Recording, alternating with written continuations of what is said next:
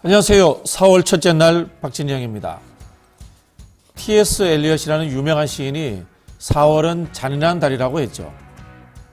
죽음의 땅에서도 라일락의 피는 욕망의 계절이기 때문에 그렇답니다. 4.19를 노래한 혁명시인 신동엽은 4월은 알맹이만 남기고 껍데기는 가라라고 외쳤습니다. 4월 10일이 다가오고 있습니다.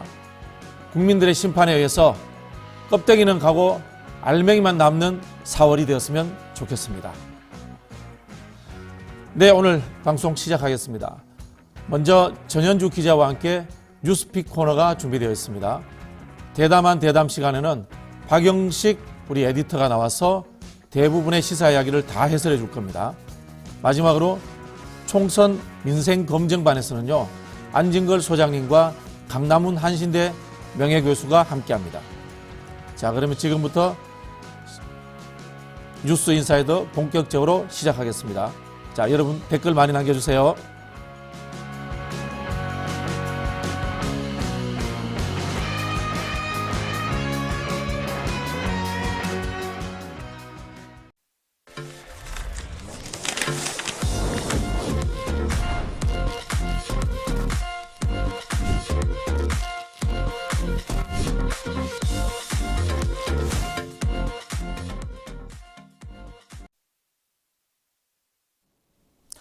네, 아침에 꼭 알아야 될 뉴스들을 엄선해서 정리해드리고 있습니다. 전현주 기자님 나오셨습니다. 네, 안녕하세요. 네, 안녕하세요.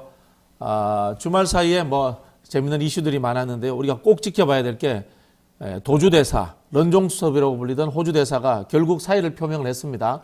그리고 대통령도 재가를 했죠. 네, 맞습니다. 최장병 수사 외압 사건의 피의자 신분임에도 불구하고 호주대사로 임명돼 논란이 됐던 이종섭 주 호주대사가 지난 29일 대사 자리에서 물러났습니다. 임명된 지 25일 만에 일어난 일인데요. 형식은 이 대사가 스스로 사표를 내고 외교부가 대통령에게 보고한 지 약 9시간 만에 이를 대통령이 수용하는 형식으로 진행됐습니다. 그동안 대통령실은 이 대사의 사퇴에는 거리를 둬왔었는데요. 이전 대사도 그간 사퇴 의사가 없음을 분명히 하면서 사의 표명 전날까지도 국내 일정을 소화하는 모습을 보였습니다. 이 결정에는 총선이 코앞으로 다가온 만큼 민심을 신경 쓴 결과라는 게 중론인데요. 한편 이 대사는 변호사를 통해 사의를 표명하면서도 그동안 공수처에 빨리 조사해달라고 계속 요구해왔으나 공수처는 아직도 수사 기일을 잡고 있지 않다고 말하면서 또 한 번 공수처에게 총구를 돌렸습니다. 또 서울에 남아서 모든 절차에 끝까지 강력 대응할 것이라고 밝혔는데요. 계속해서 줄곧 공수처를 압박하면서 조사를 촉구하고 있는 겁니다. 공수처가 아직 공식적인 입장을 내놓고 있진 않지만 총선 전에 조사가 이뤄지기는 어려울 것으로 보입니다. 네, 여권에서도 이종섭 대사에 대해서 사퇴하라 이야기를 많이 했습니다. 이 대사의 사퇴 이후에 혹시 여야의 반응이 나왔나요? 네, 우선 여당에서는 한숨 돌렸다는 반응입니다. 특히나 총선이 한 자릿수 앞으로 다가왔고 사전투표까지 감안하면 더욱더 얼마 안 남은 상황인데요. 계속해서 여당에서는 현장 분위기가 심상치 않다, 또 범야권 200석 가능하다 이런 말들이 나오면서 수도권 후보를 중심으로 대통령실의 결단을 촉구하는 목소리가 나오고 있던 상황이었습니다. 국민의힘은 이 대사의 사퇴 후 국민의 회초리를 겸허히 받아들였다, 또 민심에 순응하고 실천하고 있다며 자세를 낮추는 모습이었습니다. 동시에 공수처를 향해서는 민주당과 정치 공작을 펴왔다고 강도 높게 비판하면서 신속한 조사를 촉구하고 있는데요. 야당은 일제히 대국민 사과를 요구했고 특히 민주당은 총선 민심에 떠밀려서 울며 겨자 먹기 시의 사의 표명이라고 꼬집었습니다. 이 가운데 또 눈에 띈 것은 한동훈 위원장의 발언이었는데요. 한 위원장의 발언 직접 듣고 오시겠습니다. 여러분이 황상무 수석의 문제에 대해서 불편하시고 이거 문제 있다고 하셨을 때 제가 어떻게 했습니까? 제가 그만두게 건의했고 그걸 관철했죠. 이종섭 대사가 외국에 있을 때 제가 어떻게 했습니까? 귀국해야 한다고 해서 그거 설득했죠. 그리고 이종섭 대사 오늘 저도 건의했습니다만 사퇴했습니다. 황상무 수석의 사퇴에 이어서 이번 사퇴에도 본인의 공을 들면서 하면 한다 이런 여당의 모습을 강조하는 모습이었는데요. 국민의 눈치만 보는 국민의힘이라는 점을 강조하고 있었습니다. 또 코앞으로 다가온 총선에 악재로 작용할 만한 요소들은 모두 제거했음을 시사하는 것으로 풀이됩니다. 네, 이종섭 대사가 귀국하고 사퇴하는 것이 본질은 아니죠. 이종섭 대사가 이 국방부 수사 관련 외압 사건의 진실을 밝혀야죠. 지난번에 저희도 말씀드렸습니다만 첫 번째는 박정훈 대령 관련 이 재판에 증인이나 참고인으로 빨리 출석을 해야 됩니다. 출석을 해서 진실을 밝히는 게 첫 번째고요. 그리고 이 총선이 끝난 다음에 국회가 바로 열릴 겁니다. 그러면 뭐 국정조사든지 특검에 응해야 되지 않나. 그게 본질입니다. 예, 진실을 밝혀야 됩니다. 자, 이런 와중에 총선이 이제 9일 앞으로 다가왔는데요. 각 당의 움직임이 좀 어떻습니까? 네, 우선 국민의힘은 이른바 용산발 리스크로 불렸던 이종섭, 황상무 논란은 사퇴로 어느 정도 해소됐다고 보고 다음 스텝을 위한 돌파구를 찾는 모습입니다. 다만 앞선 이 리스크들로 정권 심판론에 힘이 쏠리면서 위기감은 커질 대로 커진 상황인데요.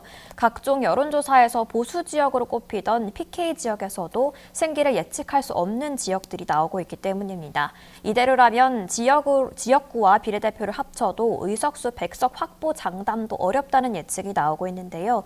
이런 분위기를 반전시키기 위해서 국민의힘은 수도권 유세전을 최대한 활용하겠다는 분위기입니다.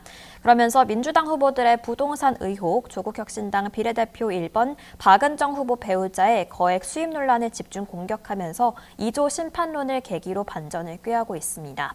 반면 민주당 후보들은 부동산 의혹들이 리스크로 돌출하면서 파장 차단에 나선 모습인데요. 공영훈 경기 화성을 후보가 군 복무 중인 아들에게 서울 성수동 주택을 증여했다는 아빠 찬스 논란에 이어서 안산갑의 양문석 후보는 대학생 딸 명의로 11억 원을 대출받아 편법 대출 의혹이 나오고 있습니다. 특히 부동산 문제는 워낙 사람들이 예민하게 반응하고 또 중도층을 자극할 이슈이기도 한데요. 또 아빠 찬스 논란은 2030의 표심과 직결되는 부분인 만큼 해당 부분은 총선 판세에 영향을 줄 수 있어서 끝까지 지켜봐야겠습니다. 네, 이어서 의료계 소식도 한번 들어보겠습니다. 계속해서 의대 정원과 관련해서 정부 간 갈등이 이어지고 있습니다. 이제 그런 와중에 드디어 윤석열 대통령이 메시지를 냈습니다. 네, 윤석열 대통령은 오늘 의료개혁 등 국정 현안과 관련한 대국민 담화를 발표할 예정입니다. 대통령실 대변인실은 어젯밤 출입기자단에 의료개혁, 의사증원 추진 경과에 대해서 국민 여러분께서 여전히 궁금해하신다는 의견이 많아 윤 대통령이 이를 국민께 드리는 말씀을 통해 직접 소상히 설명드릴 예정이다 이렇게 밝혔는데요. 이 국민께 드리는 말씀 형식의 대국민 담화는 지난해 11월 부산 엑스포 유치 불발 이후 4개월 만에 진행되는 겁니다. 또 의료공백 사태 이후 대통령이 직접 입장을 발표하는 것도 오늘이 처음인데요. 계속해서 의대 증원은 의료개혁의 출발점이라면서 의료개혁 완수에 대한 강경한 의지를 드러낸 만큼 어떤 입장이 나올지 주목되고 있습니다. 또 특히 어제 윤 대통령이 부활절 연합 예배에 참석하면서 더 낮은 자세로 국민 속으로 깊이 들어가서 국민의 아주 작은 목소리라도 귀 기울이겠습니다라고 말한 뒤에 열리는 대국민 담화인 만큼 현안에 대한 대통령의 입장도 나올지 주목해 봐야겠습니다. 네, 낮은 자세인데 2,000명은 절대 양보 못해요. 그게 낮은 자세가 맞는지 참. 네, 이런 가운데 전공의들이 이어가지고 이제 의대 교수들을 이제 사직서를 내기 시작했습니다. 그리고 오늘부터는 이제 진료 시간도 줄어든다고 합니다. 이거 큰일 났네요. 네, 전국 의대교수 비상대책위원회는 그동안 병원을 지켜온 교수들이 이제 물리적 또 체력적인 한계에 도달했다고 밝혔는데요. 이에 따라서 오늘부터 24시간 연속 근무 후에는 다음 날 주간 근무를 반드시 쉬기로 결의했습니다. 이렇게 되면 수술과 외래 진료는 더 줄어들 수밖에 없는데요. 비대위는 진료 축소를 막고 대화를 시작하기 위한 조건으로 다시 한번 증원 규모를 포함한 원점 재논의를 들었습니다. 이에 의협 비대위도 어제 개원이들도 주 40시간 근무 시간을 지키는 준법 진료를 시작하겠다고 밝혔습니다. 이면택 의협 회장 당선인은 의료계 집단휴직은 일어나서는 안 된다고 생각하면서도 재차 대통령과 정치권의 결단을 촉구했는데요. 이렇게 되면 주 40시간 근무 시 평일 야간이나 주말 진료를 하지 않는 병원이 늘어날 것으로 보입니다. 네, 의대 교수들 그다음에 이 개원 의대에 이어 가지고 의대생들도 이제 움직임이 계속해서 가속화되고 있습니다. 휴학계를 제출하는 건수도 계속 늘어나고 있고요. 집단 소송하겠다는 이야기도 나오고 있습니다. 네, 전국 의대 학생들이 오늘 의대 입학 정원 2,000명 증원 취소를 요구하는 집단 소송을 제기합니다. 의대생들이 준비 중인 소송은 보건복지부 장관이 2,000명 의대 증원 정책을 철회하고 또 교육부 장관은 배분 처분을 중지하라는 내용인데요. 이병철 변호사는 지난 29일 전국 40개 의대 재학생을 대표하는 대한의과대학 의학전문대학원 학생을 대리해서 다음 달 1일, 그러니까 오늘 정부를 상대로 의대 증원 집행정지 신청 낼 계획이라고 밝힌 바 있습니다. 지금도 해부용 시신 한 구로 8명이 보고 있는데 증원될 경우 최대 24명이 봐야 하는 점을 근거로 들면서 학생들의 교육권이 침해될 우려가 있는데 지금 막지 않으면 회복할 수 없다는 주장입니다. 전국 40개 의대생을 대상으로 지난 주말까지 소송을 희망하는 학생들의 명단을 받은 상태고요. 이 변호사는 신청한 학생들 전부 소송 원고가 되도록 할 방침이라고 밝혔습니다. 네. 오늘이 그 4월 1일 만우절이라고 하기도 하는데요. 정부에서 유연한 자세를 이야기했는데 유연한 자세 어디 갔습니까, 진짜? 네, 걱정입니다. 진짜. 예, 전현주 기자님 감사합니다. 네, 고맙습니다. 네. 예, 이어서 저희는 대담한 대담으로 찾아오겠습니다.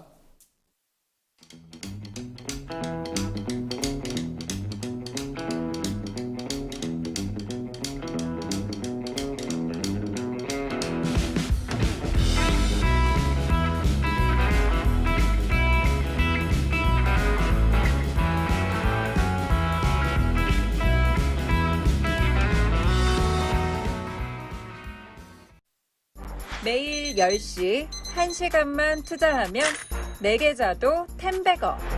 개장하자마자 급등? 따라잡아도 되나?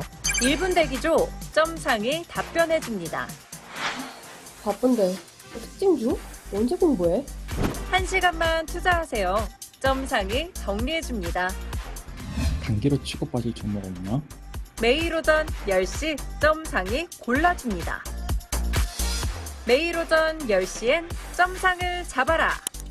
유튜브에서 점상 시크릿을 검색하세요.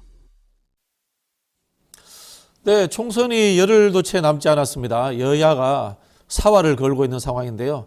박영식 정치 시사 에디터 모시고 주요 이슈들 한번 들어보는 시간을 갖겠습니다. 안녕하세요. 안녕하십니까. 반갑습니다. 네, 이른 아침에 고생이 많으십니다. 아이, 고생은 뭐, 우리 이제 박진영 앵커님이 더 고생 많으신데요. 뭐. 예, 서로 칭찬해 주는 걸로. 월요일 아침이니까 훈훈한 분위기고 또 앞서 말씀 주신 대로 만우절이니까. 네. 거짓말. 아니, 진짜 이 거짓말 같은 정부가 거짓말처럼 싹 사라졌으면 좋겠어. 예. 아유, 그렇게 센 말씀을 또 이 시간에. 뭐, 하면 어때요? 예.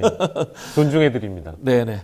자, 총선이 얼마 안 남았는데요. 확실히 이제 총선이 눈앞으로 다가왔다. 이런 느낌을 받는 장면이 있습니까? 일단은 제 개인적으로 요즘 사실 정치의 계절이기 때문에 네. 선거의 계절이고 정치의 계절이어서 뭐 박진영 앵커님도 느끼시겠습니다만 요즘 그 정치 관련 시사 프로그램 섭외가 일단 늘었습니다. 네네. 그러니까 그거는 당연히 상징적인 장면이 될 것 같고 일단 지금 장면을 보면 선거 뛰시는 분들의 말씀들이 많이 거칠어지신 건 사실인 것 같아요. 다급한 거죠? 예, 다급한 측면에서도 거칠긴 하지만 그리고 또 양쪽 다 어쨌든 조금 발언의 수위가 높아진 건 사실인 것 같고요. 특별히 이제 여당 쪽의 발언이 더 세진 것도 사실인 것 같습니다. 뭐 지난주에는 개 같은 정치 뭐 이런 네. 표현을 한동훈 비대위원장이 했고 이미 조간을 뒤덮고 있습니다만 이제 쓰레기라는 표현에 좀 집중하고 있는 것 같고요. 뭐 범죄자라는 표현도 사실은 조급함이 느껴지는 대목이기도 하고 그리고 이 캠프마다 상대 후보를 고소고발하는 건들이 네. 많이 보이고 들리고 실제 늘어난 것 같기도 합니다. 그렇기 때문에 이게 결정적으로는 그런 대목들이 이제 눈에 띄고요. 어제 조혜진 김해을 후보가 기자회견한 모습 보고 이제 정말 선거날이 가까워졌다. 이 조급함을 뭐 어떤 읍소하는 장면으로만 느껴봤다면 실제로 본선 후보가 그것도 시국 기자회견을 하면서 굉장히 그 대통령을 콕 집어서 발언하는 모습 보고 네. 이제 정말 선거가 가까워졌구나라는 그런 느낌을 받아서 이제 투표하러 갈 날이 머지 않았구나라는 생각을 해봤습니다. 저도 한때 좀 건방질 때는 대한민국에서 선거를 제일 잘하는 남자입니다. 예. 이렇게 어디 가서 소개를 했거든요. 네네. 물론 몇 번 떨어지고 나니까 쑥 들어갔습니다만 겸손해지셨습니까? 네, 겸손해졌습니다만 원래 이 선거철이라는 게 상대방 욕하고 읍소하면은 예. 졌다는 증거예요. 아. 지금 그렇습니다. 그런 분위기가 어떤 당에서 나오고 있죠. 예, 여당 쪽에서 좀 더 많이 나오는 것은 사실이고 이미 그 언론에서 쓰는 표현 자체도요. 열세라는 표현과 패색이 짙다라는 표현이 등장한 게 지난주입니다. 그래서 아마 네. 여론조사상으로도 그럴 것 같고요. 이제 언론들이 쓰는 표현의 어떤 수위나 단어들이 2주 전이나 3주 전과 비교했을 때 지난주에는 이제 이미 이런 표현들이 등장했기 때문에 아마 박진영 앵커께서 말씀하시는 그 대목들도 언론들이 아마 잘 알고 있지 않나 싶습니다. 네. 선거에 우리가 뭐 수많은 이론들, 현상이 있는데 결국은 주류적 현상은 대세론이에요. 그래서 이긴다고 해야 이긴다. 이런 네. 말들을 합니다. 그렇습니다. 예, 맞는 말씀이십니다. 네. 금방 말씀하신 내용 중에 밀양에 있다가 김해로 가신 조혜진 의원 이야기를 하셨는데요. 예. 윤석열 대통령의 사과와 내각 총사퇴를 주장했습니다. 예. 국민의힘에서 느끼는 위기가 상당한 것 같아요. 그러니까요. 일단은 조혜진 의원의 이런 시급함이 저는 처음이 아닌 것 같고요. 왜냐하면 그 선거 앞두고 대통령실발 리스크나 대통령발 리스크나 여당발 리스크 등등과 관련해서 격전지 후보들이 한 목소리로 이미 경고음을 내왔죠. 그래서 안철수 후보라든지 뭐 나경원 후보라든지 혹은 더 나아가서는 사실 그 대통령의 사람이라고 분류된 김은혜 후보나 이용 후보 같은 사람들도 이 방향이 맞지 않다라고 지적한 바 있기 때문에 실제 국민의힘 후보로 본선을 뛰고 계신 몇 분을 여쭤봤는데요. 이건 뭐 익명으로 해달라고 말씀하셔가지고 그러니까 지역 유권자분들을 만나보면 우호적으로 국민의힘을 그러니까 실제 대통령을 뽑았고 지지했던 분들조차도 이런 게 걱정이고 이런 게 우려되고 이래서야 되겠냐라는 그런 조언들을 많이 해주신다고 합니다. 그래서 네. 피부로 이제 이 본선 후보들이 느끼고 있는 것 같고요.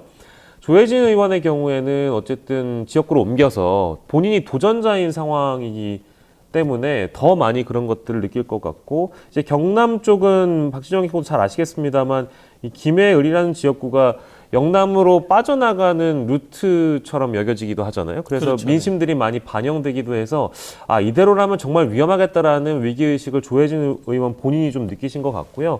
뭐 어떤 명분으로 이제 지지를 호소하겠는가라는 그런 대목에서 나에게도 앞으로 남은 선거 운동 기간 동안 유세를 하려면 명분을 좀 줘야 한다라는 측면에서 시국 기자회견이 좀 잡힌 것 같고 제가 어제 부산 지역 민심 취재를 위해서 잠깐 부산 지역을 갔다 왔는데 거기가 중구, 동구, 동래구 이쪽을 제가 방문해 봤거든요. 구도심인데. 예. 근데 이쪽은 뭐 원래 그 보수세가 강한 지역이기도 하고 후보들이 언론에 많이 조명은 못 받고 있어요. 왜냐하면 낙동강 벨트라고 일컫는 지역들은 많이 언론에 포커싱이 맞춰지고 있지만 제가 방문한 지역구는 원래 보수세가 강한데도 불구하고 이쪽 지역 민심도 좀 심상치가 않은 것 같더라고요. 대체적으로 이 부산 엑스포 관련돼서 충격을 받은 유권자들이 많이 그렇죠. 있는 네. 것 같고요.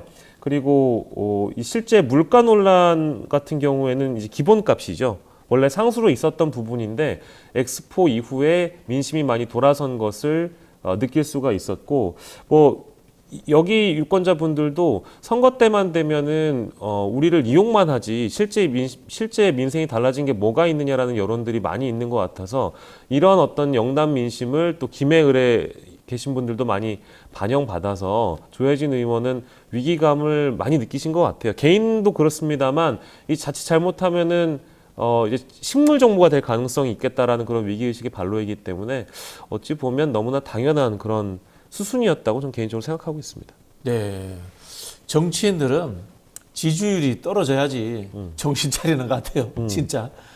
지지율이 높으면 민심을 읽지 않고 지지율이 떨어져야지 민심을 읽으려고 하는 것 같아요. 예, 참 황당한 아이러니입니다. 네, 뭐 여론에 가장 민감하게 반응을 해야 되는 시기를 좀 놓친 게 아니냐 이런 지적도 나오고 있습니다만 실제 밑바닥 민심이라는 거는 직접 거기 뛰어들어서 느껴보지 않으면 모르기도 하거든요. 그러니까 뭐 사실 우리가 중앙 언론이라고 부르긴 합니다만 서울 여의도권에서 계속 이제 계신 분들은 지역에 내려가서 그 민심을 많이 느껴보셔야 됐을 텐데 이분 같은 경우에는 이제 지역구도 바꾸셨기 때문에 김해을을 또 처음 겪어보실 거 아니겠어요? 그래서 네. 아무래도 중진이시기도 하고 해서 이 상황을 제대로 전달하려면 내가 일단 총대를 매야 되겠다라는 생각에 기자회견을 하신 것 같습니다. 네, 이런 와중에서 이재명 대표가 국민의힘의 이 읍소 전략을 악어의 눈물이다 이렇게 지적을 했습니다. 네, 그 악어의 눈물이라고 야당의 대표는 말씀을 하셔야 될 것 같고요. 실제 그런 부분도 없지 않다고 저도 개인적으로 생각합니다. 그런데 제가 조혜진 의원의 기자회견, 그러니까 읍소도 좀 두 가지가 있는 것 같아요. 실제 한동훈 비대위원장처럼 유세 현장에서 제가 받아들이기에는 진정성이라기보다는 말로만 일단 그렇게 비춰지는 그런 읍소가 있는 것 같고, 조혜진 의원의 읍소는 좀 무게감이 있었던 것 같고, 애티튜드나 태도나 자세 면에서 봤을 때 진정성이 더했다. 좀 구분돼서 봐야 될 지점이 있는 것 같습니다. 정말 힘이 실려 있고 본인이 직접 후보로 뛰고 있는 지역구의 민심을 반영해서 말씀하신 거기 때문에 차원이 좀 달랐다고 느껴지고요. 절실함과 간절함이 느껴졌고 메시지에서 어떤 톤이 좀 달랐다라고 좀 받아들이고 있어서 대통령을 직접 언급해가지고 말씀하실 분들이 전 몇 안 된다고 보거든요. 한동훈 비대위원장도 뭐 말씀할 때 보면 대통령을 콕 집어서 말씀하진 않지 않습니까? 뭐 그렇죠. 주어를 안 쓰죠. 그동안 우리가 잘못했다 정도인 거지 대통령에게 직접적으로 전달할 만한 그런 톤으로 말씀하시지는 않거든요. 근데 조혜진 의원은 그 대목에서 좀 다른 것 같고, 실제 이런 사례들이 많이 쌓이게 되면 악어의 눈물이 아니라 진짜 눈물이 사전투표 전에 나올 수 있지 않을까, 그럴 가능성도 좀 있는 것 같고, 사실은 어젯밤에 대통령이 긴급 기자회견, 그러니까 즉 대국민 담화를 한다고 발표를 했다가 이게 이제 KBS 쪽에서는 단독 보도가 나왔다가 기사가 슬그머니 내려갔거든요. 그래서 언론 쪽에 종사하는 분들은 이게 혹시나 관련 기자회견이 아닐까라고 생각했는데 한 30분 사이에 바로 나왔던 게 이제 의정 갈등 관련된 기자회견으로 확실히 적시가 됐더라고요. 그래서 이게 대통령의 사과가 나오기까지는 아직까지 사례가 좀 덜 쌓였구나. 조혜진 의원 같은 분들이 좀 더 많이 생겨나야 대통령의 사과까지 이어질 수 있겠다라고 일단 예측을 좀 해보고, 아무튼 결론적으로 악어의 눈물이라고 주장하시는 분들은 이제 야당 쪽에서 다수 나오겠습니다만 여당 쪽에 어떤 인물이 어떤 메시지로 실제 콕 집어서 대통령을 지명하느냐를 우리가 좀 구분해서 본다면 한동훈의 그것과 조혜진의 그것은 좀 다르다라고 볼 수 있는 것 같습니다. 우리가 이야기하다 보니까 조혜진 의원님을 칭찬하게 됐네요. 그럼에도 불구하고 제가 정치에서 그 이야기를 늘 해요. 50보와 100보는 다르다. 무조건 양비론하면 안 된다. 차등을 둬야 된다. 그런 측면에서 조혜진 의원의 진정성 있는 대통령의 사과 요구가 의미가 있었으면 좋겠어요. 네. 정말 실제로 그런 무릎을 꿇고 반성과 성찰, 사과라는 표현까지 하셨는데 뭐 지켜봐야 될 일입니다. 네. 이 상황에서 이종섭 호주 대사가 임명된 지 25일 만에 이제 사퇴를 했습니다. 대통령도 사의비를 이제 수용을 했는데 한동훈 비대위원장은 이게 또 본인의 성과다 이렇게 해서 또 뭐 자랑을 하고 있습니다. 근데 어쨌든 이게 민심이 좀 수용되는 흐름인가요? 저는 그렇게 일단 보지 않고요. 크게는 이제 한 세 가지 정도 짚고 싶은데, 이제 와서 이걸 이제 민심을 수용한다라고 받아들이는 건 만시진탄이라고 봅니다. 진심으로 국민들이 받아들이기엔 좀 기가 막히는 일이라고 저는 생각하고요. 그러니까 첫 번째로는 이럴 거면 왜 이종섭 대사를 지명했는가라는 질문을 할 수밖에 없잖아요. 당시에 대통령이 대사 지명하자마자 정치권과 언론 모두에서 우려를 표했고, 대통령에게 호의적이라는 언론들이 있잖아요. 보수 성향의 언론들도 이렇게 하면 안 된다라고 얘기를 했는데도 불구하고 듣지 않고 2박 3일 만에 출국을 시켰거든요.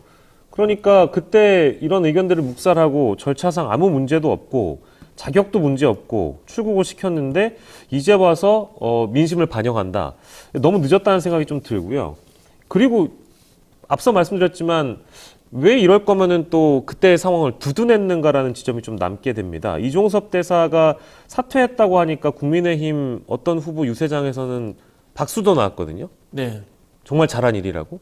그러면 그동안 여권 일각이 아니라 여권 주류에서도 이종섭 대사 지명이나 이런 것들을 다 정당화하고 합리화했기 때문에 그거 왜 그랬냐? 라는 질문을 할 수밖에 없는 거거든요. 본인이 이종섭 대사 잘했다고 한 사람들은 사과해야죠. 그렇죠. 그리고 안 하고 있잖아요. 지금. 근데 한동훈 비대위원장만 하더라도 사실 그때 당시에 출국 금지 상태라는 건 대통령실이 알기가 어려웠을 것이다. 그리고 수사 절차를 정당하게 밟고 있을 것이다라는 정도의 그런 메시지로 이 대사 지명이나 출국 문제를 비호하는 듯이 얘기를 했단 말이에요. 근데 이제 본인의 의견을 대통령이 받아들여서 이종섭 대사 지명을 철회했다. 사의 표명을 받아들였다라는 식으로 포장한다는 것을 국민들이 어떻게 받아들일 것인가. 저와 비슷한 온도로 받아들일 거라고 보고요. 마지막으로 왜 지금 이 시기냐라는 것입니다. 그러니까 선거 때문이잖아요. 누가 보더라도. 그렇죠. 네. 이제 그러니까 안 믿는 거죠. 이제 그런 국민들이. 대목에서 저는 진정성을 평가하기가 좀 어려워졌다. 진작에 했었어야 됐고 시기적으로 너무 늦었다라고 평가하고 있습니다. 뭐 그럼에도 불구하고 국민의힘에서는 황상무 수석도 사퇴했고 예. 이종섭 대사도 사퇴했기 때문에 우리 이제 밑바닥 쳤다. 지지율 올라갈 일만 있다. 이렇게 오히려 긍정적으로 보는 시각들도 있어요. 이게 근데 이제 반대로 말씀드리자면 저희가 처음에 이제 진정성이 있는 어떤 반성이냐 아니면 이제 표면적으로 드러내는 이제 쇼냐, 쇼잉이냐, 읍소라는 게 그런 평가를 해봤잖아요. 그런 분석을 해봤는데 이게 지금 말씀 주신 것처럼 위기가 바닥을 찍은 거라면 왜 지금 이 시기에 읍소를 하겠습니까? 이런 어떤 뭐 단도직입적으로 이런 반문밖에 안 나오겠는데요. 분위기 좋으면 읍소할 일이 없다. 아 그렇습니다. 그러니까 이제 뭐 위기가 바닥을 찍었으면 사실 남을 아까 말씀해주신 대로 읍소를 하지 않고 또 상대방을 강하게 비판하지 않고 본인들이 그간 잘해왔던 것에 대한 어필만 해도 충분할 텐데 그게 아니라 남을 깎아내리거나 아니면 잘못했다고 읍소를 하는 사례는 안 나오겠죠. 근데 바닥을 찍었다기보다는 또 다른 위기의식이 있기 때문에 지금 읍소를 한다고 좀 보고 있거든요. 그래서 뭐 이 문제에 대해서는 이런 분석은 옳지 않다라고 좀 개인적으로 보고 있습니다. 네, 알겠습니다. 이런 가운데 그 석동현 전 민주병통 사무처장이죠. 이분은 국민의힘 아니에요. 자유통일당. 예. 정광훈 목사님 있는 당. 예. 그 당의 비례 2번으로 출마를 했는데요. 이분이 한동훈 비대위원장한테 재밌는 요구를 했습니다. 뭔가 하면요. 비례대표는 자유통일당 지지해달라 이런 이야기인데요. 예. 쉽게 말하면 이겁니다. 조국혁신당은 비조지민, 예. 비례는 조국혁신당 찍고 지역구는 민주당 찍자 이야기를 했는데 이분들은 비자지국이야. 예. 그러니까 비례는 자유통일당 찍고 예. 지역구는 국민의힘 찍자 이런 이야기를 했는데 예. 죄송합니다. 웃어서. 네. 어떻게 보셨어요? 네. 예, 저는 자유통일당이 많은 분들이 지금까지 주목하고 있지는 않지만 지금부터 주목을 해야 된다고 봅니다. 왜냐하면 그간 자유통일당의 캠페인을 보면 누가 진짜 대통령 윤석열을 위하는 정당이냐를 두고 국민의힘과 선명성 경쟁을 하는 것처럼 보여지거든요. 지금 플랜카드도 보면요. 예. 누가 윤석열을 지킬 것인가 이렇게 붙어 있어요. 그렇습니다. 그러니까 네. 자유통일당은 지금 윤석열 대통령이 혹시나 이거는 이제 가정입니다만 혹시나 탈당을 하거나 출당 조치를 요구받았을 때 누가 윤석열 대통령을 입당시킬 것이냐. 예를 들면 조혜진 의원 같은 분들이 더 많이 생겨서 예. 윤석열 대통령이 선거에 도움이 안 되니 예. 당에서 나가라. 예. 그러면은 예. 이 자유통일당 우린 받을게. 그렇습니다. 왜냐하면 또 석동현이라는 인물 자체가 대통령의 40년지기 아니겠습니까? 네네. 대통령의 대통령이 아버님 상을 당했을 때 장직까지 갔던 인물로 알려져 있기 때문에 그러니까 이분을 어떤 수단과 무기 삼아서 자유통일당에서는 만약에 그런 상황이 벌어진다고 한다면 윤석열 대통령을 받아줄 곳은 우리밖에 없다. 모실 곳은 우리밖에 없다라는 걸 주장하고 있거든요. 그래서 선명성 경쟁이 하나의 어떤 전략이라고 보고 언제든 그 기회를 얻을 수 있는 새로운 둥지가 되겠다. 우리가 여당이 되겠다. 이제 그런 본래 목적이 있는 것 같고 지금 선거가 얼마 남지 않은 상황에서 대통령 출당의 가능성이 뭐 저는 그리 높지 않다고 보고 있는 사람이어서 이른바 이제 보수 정당은 한 몸이다. 그래서 조국혁신당이나 예전에 뭐 이렇게 정의당의 전략처럼 네. 말씀 주신 대로 지역구는 국민의힘을 찍더라도 정말 이 윤석열 대통령을 사랑한다면 한동훈이 아니고 한동훈 비대위원장이 아니라 윤석열 대통령을 사랑하고 지지한다면 국민의힘이 아니다. 바로 여기 자유통일당이 있으니까 우리를 좀 돌아봐달라. 전략적 분리투표를 호소하는 전략이라고 생각하고 있습니다. 윤석열 대통령 사랑하지 마시고요. 예. 국민을 먼저 사랑해 주셨으면 좋겠어요. 근데 이제 결론적으로 저는 이게 그 석동현 사무처장이나 자유통일당의 이른바 이제 짝사랑이라고 보거든요. 네. 이제 이런 짝사랑은 보통 이제 본인만 굉장히 마음이 뜨겁지 이루어지지 않습니까? 잘 이루어지지 않기 때문에 네. 이 짝사랑은 언제까지 이제 구애를 할지 좀 지켜볼 일입니다. 이 자유통일당이 예. 우리 이제 뭐 아스팔트 보수들, 극우 보수다 이런 평가는 듣습니다만은 살짝 개그 캐릭터는 있는 것 같아요. 네.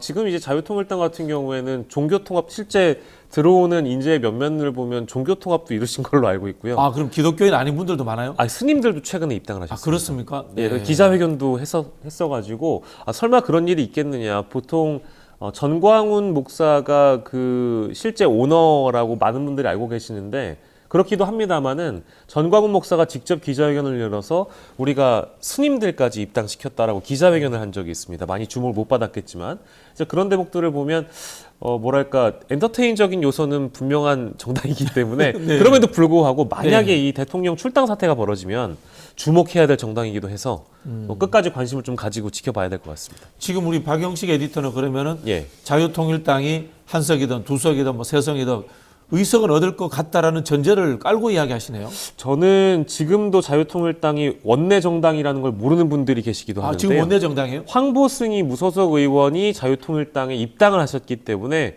엄연한 원내 정당입니다. 아, 그렇네. 동일하게 또 조국혁신당도 황운하 의원. 황운하 의원이 들어가셨기 때문에 여기도 원내 정당이고요.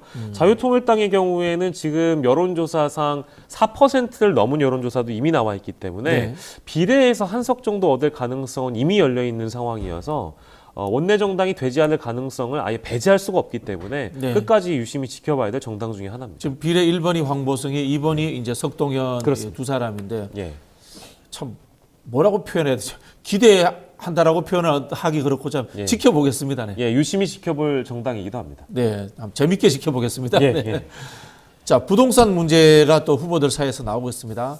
양문석 후보 같은 경우에 강남 아파트를 매입하는 과정에서 대학생 딸이 사업대출로 11억을 받았다. 이렇게 해서 논란이 되고 있고요.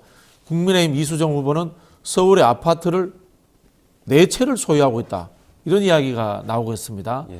부동산 논란 끝이 없네요. 예. 근데 부동산 문제고 이게 이제 대출이 끼어 있는 건데 이 대출 받는 과정이 국민들 눈높이에 맞지 않는 것은 사실이라는 판단이 양문석 후보 개인에게도 있었던 것 같고요.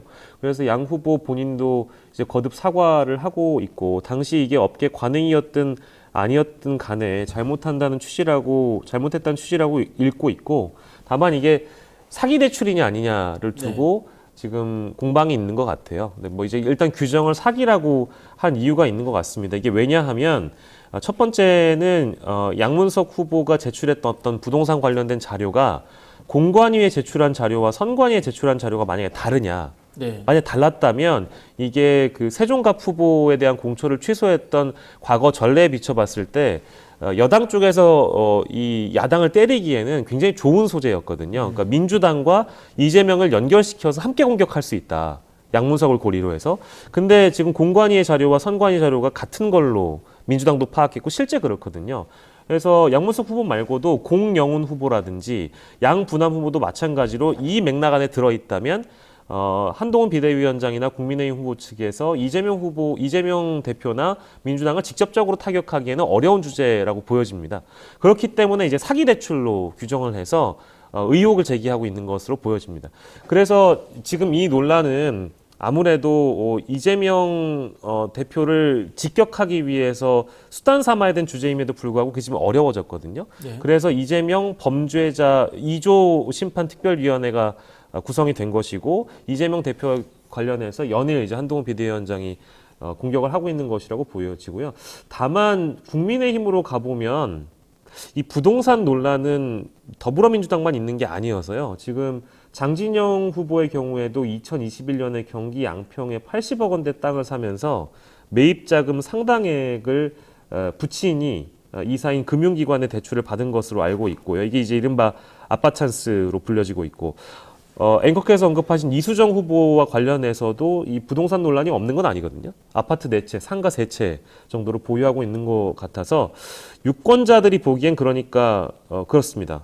그러니까 과연 국민의힘에서도 이 대출 논란이나 사기 대출로 규정해서 더불어민주당에 있는 후보들 몇 면을 때릴 수가 있느냐? 그러니까 양쪽 다 똑같다. 누가 누굴 지적할 자격이 있느냐라고 볼 수 있을 것 같아서 이 논란은 더 장기간 끌고 갈 이슈는 아닌 거라고 저는 판단되고요.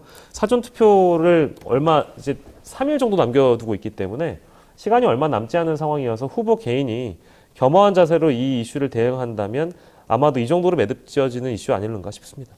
네, 부동산 논란이나 뭐 거친 막말 이야기 나올 때마다 느끼는 게 겨 묻은 사람이 똥 묻은 뭐 이 속담이 생각나요. 네. 사실 우리 정치권이 이 말 논란과 그다음에 부동산 논란에서 자유로운 적이 없어요. 어떻게 보면은. 예, 근데 이런 얘기를 겪어볼 때마다 이런 생각이 들어요.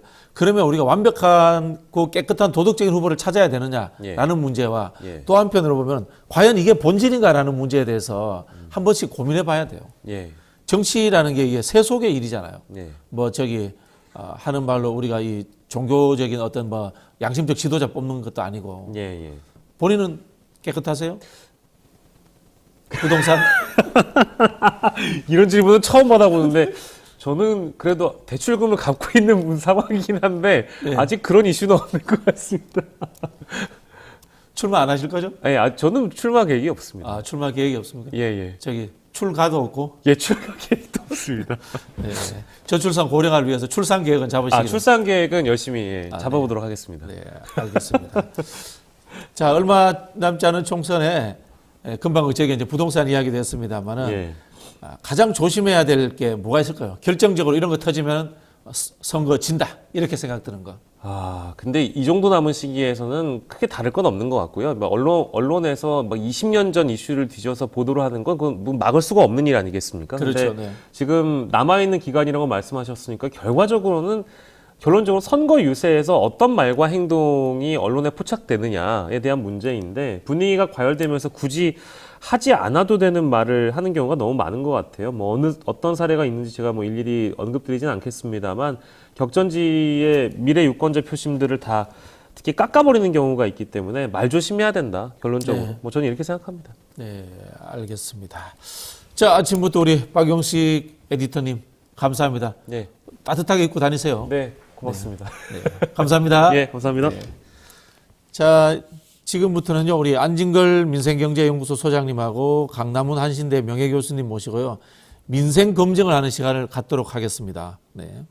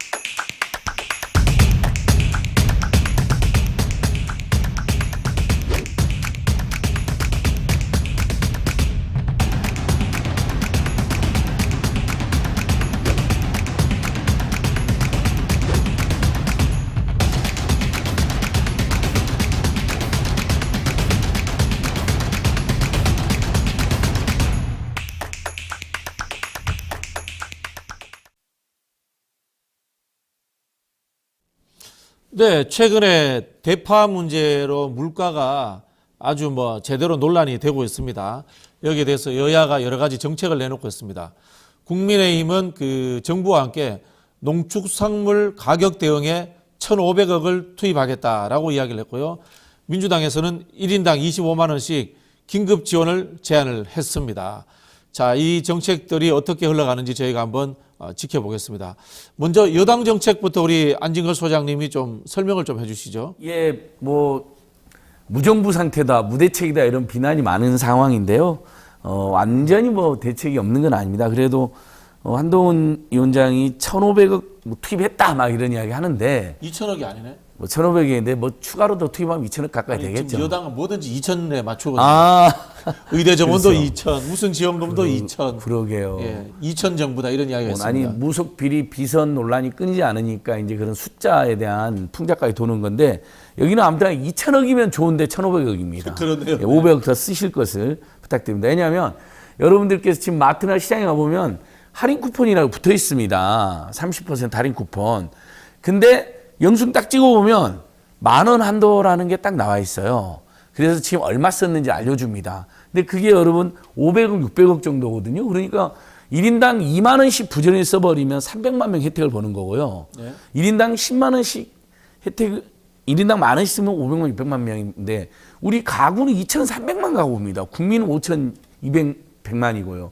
그러니까 굉장히 미미한 정책이 나오는데 바로 그럼에도 불구하고 그 금액, 이제 개개인의 할인 쿠폰이 주어지고 그다음에 납품 단가를 일부 지원해 줍니다. 그게 합쳐져서 1,500억 재정 투입이 됐다는 건데 체감이 되느냐? 제가 정말 너무 안타깝고 차량에 지금 어제 마트에 사갖고 온 사과를 놔두고 왔는데요. 보여주려고. 사과 2알에 10,000원입니다. 정말 눈물 나더라고요. 대파는 조금 내렸습니다. 대파는 조금 내린 건 사실인데 할인 쿠폰 붙어서 우리 동네에서 3,000원대. 그러니까 그 전까지 4,000원, 5,000원대. 그러니까 875원은 정말 말도 안 되는 가격이란 건 뭐 시장을 조금만 가보신 분들이나 아니면 시장 보고 온 식구들한테 이야기를 들어보신 분들은 다 그거 사기란 걸 알고 있는데 최근에 사과라든지 대파에 대한 지원이 일부 늘어나서 조금 줄어든 감이 있지만 전혀 큰 체감은 안 된다. 여전히 엄청난 물가 고통 속에 살고 있다 이렇게 보고 있습니다. 네. 교수님 뭐 수치를 보신다거나 아니면 저기 피부로 느끼시기에 정책을 한 지가 뭐 2주 정도 됐다라고 이야기하는데 좀 체감하시는 부분이 있으세요? 예, 가보면 그 어떤 뭐 정부 할인 지원 품목 이렇게 네네. 돼서 어떤 사과는 할인하는 게 있긴 있어요. 네. 그렇지만 좀 먹음직스러워 보이고 네. 알이 굵은 사과는 살 수 없을 정도의 가격이거든요. 네. 그래서 저희 가정만 하더라도 과일 소비를 거의 줄이고 있거든요. 아, 과일을 예, 안 예, 드신다. 너무 네. 비싸서. 네, 네. 예, 그걸 사기가 뭐 꼭 돈이 살 돈이 모자란다기보다도 과일값이 이래야 되나 이런 생각에서 사기가 좀 힘들어지는 그런 상태입니다.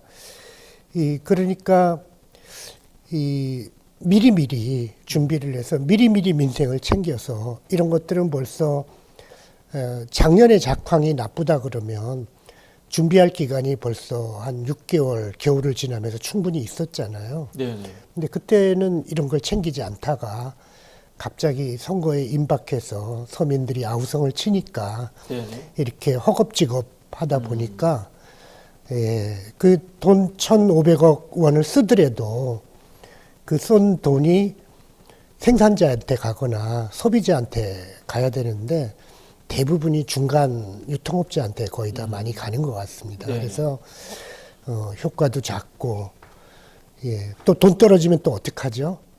그래서 미리 민생을 챙기지 못한 게 그 뒤에는 많은 돈을 써도 효과가 작고 또 그렇게 어려움이 있는 것 같습니다. 예, 교수 말씀 맞는 게 2,500억 중에 상당수 납품 단가 지원을 하거든요. 납품 단가 지원은 유통업체 지원을 해주는 유통업체 겁니다. 상인들한테 지원이 되네요. 네. 유통업체가 예를 들면 사과 한 알에 5,000원으로 납품을 한다. 그러면 너무 비싸지 않냐고 거기에 예를 들면 1,000원이나 2,000원을 지원을 해주는 거예요. 그럼 그 납품 단가한테 가는 거예요. 납품업체한테. 우리한테 오는 것은 소비자 할인 쿠폰. 많아봐야 600억. 그래서 아까 다시 한번 말씀드리지만 요거 발품 풀어갖고 열심히 가신 분들은 혜택을 봐요. 근데 좀 늦게 가잖아요. 기금 소진하면 지원이 없어요. 네, 네. 영수증에 심지어 찍어준다니까요. 딱 당신께서는 지금 방금 사과랑 배하고 감자를 샀는데 거기에 할인이 30% 붙어서 예를 들면 9,700원 붙었다. 300원만 더 되는 거예요, 이제. 그러니까 굉장히 미미한 거죠. 우리 다시 한 가구는 이번에 통계청에서 발표한 우리나라 가구 수는 2,250만 가구쯤 됩니다. 그런데 거기서 300만 명 2만 원, 600만 명 10,000원. 일부 발품 파는 계층에 도움이 되는 건 맞지만 너무 미미한 거고 그 대상도 작은 거죠. 그리고 10,000원, 2만 원 할인 쿠폰 쓰면 그다음부터는 지원이 하나도 없습니다. 네. 그러니까 이재명 대표가 말한 전국민 물가 재난지원금. 우리가 코로나 때 여러분 기억나시죠? 2번의 재난지원금이 있었습니다. 한 번으로 기억하신 분 있는데 2번입니다. 왜냐하면 한 번은 전국민 1인 4인 가구 기준으로 100만 원, 한 번은 소득 수준 88% 수준으로서 하위 국민, 그러니까 국민의 한 80, 90% 다 받으신 거죠. 그때는 1인당 25만 원, 좀 그래서 4인 가구가 아닌 5인 가구면 125만 원, 조금 더 받은 가정도 있습니다. 이렇게 2번에 지급됐는데 그때 뭐 인플레가 뭐 폭등했다거나 아니 뭐 재정이 망했다거나 이런 문제가 전혀 없었습니다.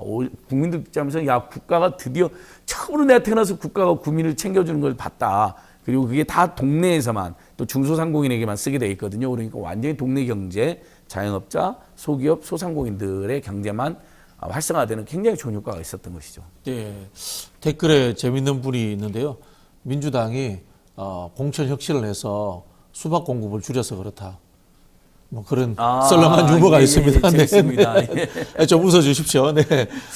수박 공급 많이 줄었죠. 네. 아니, 그 뜬금없이 계속 수박 이야기가 댓글에 올라와요. 그래서 제가 읽어드렸습니다. 네. 교수님, 뭐 이제 1,500억이라는 게 큰 돈인데 왜 이게 근본적인 해결이 안 되고 물가 문제가 계속해서 이어지고 있는가요? 예, 그러니까 그 미리미리 대비를 해야 되는데요. 네. 예, 수개월 전부터 했으면 훨씬 더 작은 돈으로도 더 큰 효과를 낼 수 있거든요. 그렇잖아요. 이미 이렇게 작황이 불황이거나 그 공급 측에서 인플레 요인이 생겼을 때 정부에서 농협에서 구매하는 물량을 늘린다든지 그 농민들하고 직거래하는 부분을 늘린다든지 이런 식으로 해서 충분히 대비를 했다면 작은 돈으로도 더 큰 효과를 낼 수 있는데요. 네. 지금 제일 늦게 하다 보니까 이건 큰 돈을 들이고도 이렇게 별로 효과가 나지 않는 그런 안타까운 점이 있습니다. 그러니까 근본 문제는 이 민생이라고 하는 것은 그 정치하시는 분들이 관심을 두고 계속 네네. 그 챙겨와야 되는 거거든요. 네. 이 우리나라 같이 유능한 공무원들이 있는 나라에서 어떻게 이렇게 민생에 대한 대책이 없었는지 그것은 이제 공무원들을 지도하는 통솔하는 그 정치인들이 큰 책임을 느껴야 될 것 같습니다. 네. 예. 뭐 저기 정치인이 듬성듬성하면 공무원들도 따라서 듬성듬성합니다. 네. 예. 네. 저도 뭐 공무원 잠시 해봤습니다. 국가균형발전위원회에 계셔서 지역균형발전 전문가를 알고 있습니다. 그러니까 뜬금없이 또 그런 칭찬을 해주시죠. 아니. 민생 전문가님. 왜냐하면 이제 그 이런 민생 정책을 하는 앵커님들께서 아예 정책에 대해서 전혀 이해가 부족한 경우도 가끔 있잖아요. 근데 네. 이렇게 많은 경험이 있는 분이 앵커를 하면 굉장히 풍성한 토론이 되니까. 네, 앵커 말고 다른 것도 하고 싶었습니다. 네. 자, 예. 안진걸 소장님, 민주당에서 이제 보편 지원책을 꺼냈습니다. 1인당 25만 원씩 민생 회복 지원금인데 지역화폐 형태로 하겠다는 건데요. 예. 이게 예상 규모는 어느 정도고 1인당 25만 원 되면은 그리고 이제 재원 마련에 대해서도 사실 논란이 있었어요. 설명 좀 부탁드릴게요. 네. 예, 5천만, 이제 우리 국민 한 5,100만쯤 되잖아요. 거기다 네. 1인당 25만 원이니까 2조 13조 정도. 근데 거기에 취약계층, 예를 들면 국민기초생활수급권자들이나 차상위 계층에는 형평성을 고렸을 때 그분들은 25만 원보다 더 절박하잖아요. 그러면 10만 원을 더 붙여니까 35만 원. 그러면 13조 안팎입니다. 그러니까 대한민국 예산이 650조 안팎인데 그 중에 일부만 쓰면 충분히 현실 가능한 정책이고요. 그리고 아까 말씀드린 것처럼 이미 문재인 정부 때 2번의 전국민 재난지원금 88% 국민에 하는 88% 국민 재난지원금 줘서 그 효과나 그 실효성이 완전히 입증이 됐습니다. 그렇죠. 그래서 우리 강남 교수님이 이런 기본소득이라든지 재난지원금 전문가시가 추가로 설명해 주시겠지만 지금 솔직히 우리 국민들께서 지금 어떤 상황이냐면 작년에 식료품 소비를 3% 가까이 줄였습니다. 도저히 돈이 없어서 정말 꼭 먹고 싶은 거 또는 괜찮은 유기농 식품 이런 거 구입을 줄였다는 거거든요. 뭐 외식도 포기한 건 뿐만 아니라. 근데 보면 여러분 교육비, 주거비, 의료비, 통신비, 이자비, 교통비는 안 줄어듭니다. 이건 오히려 이자비는 더 늘어나 있죠. 통신비도 무슨 5G에서 더 늘어납니다. 우리 국민들 사교육비, 윤석열 정부에서 사교육비 줄이려고 했는데 킬러 문항 논쟁 때문에요. 킬러 문항 없어지면 중킬러 문항이 엄청 나온다. 그것 때문에 사교육비가 더 폭증했습니다. 네. 이런 상황이니까 당연히 집집마다 지금 빚이 엄청 늘어납니다. 빚이 평균적으로 우리 국민 가구마다 2천만 가구 가까이에 9천만 원 빚이 있는 것으로 얼마 전에 통계가 나왔습니다. 그러니까 웬만한 집에는 빚이 없는 집도 가끔 있지만 2,250만 가구 중에 2천만 가구 가까이가 평균 9천만 원 안팎의 빚이 있는 겁니다. 그럼 거기에 이자가 또 몇십만 원, 몇백만 원 나오겠죠?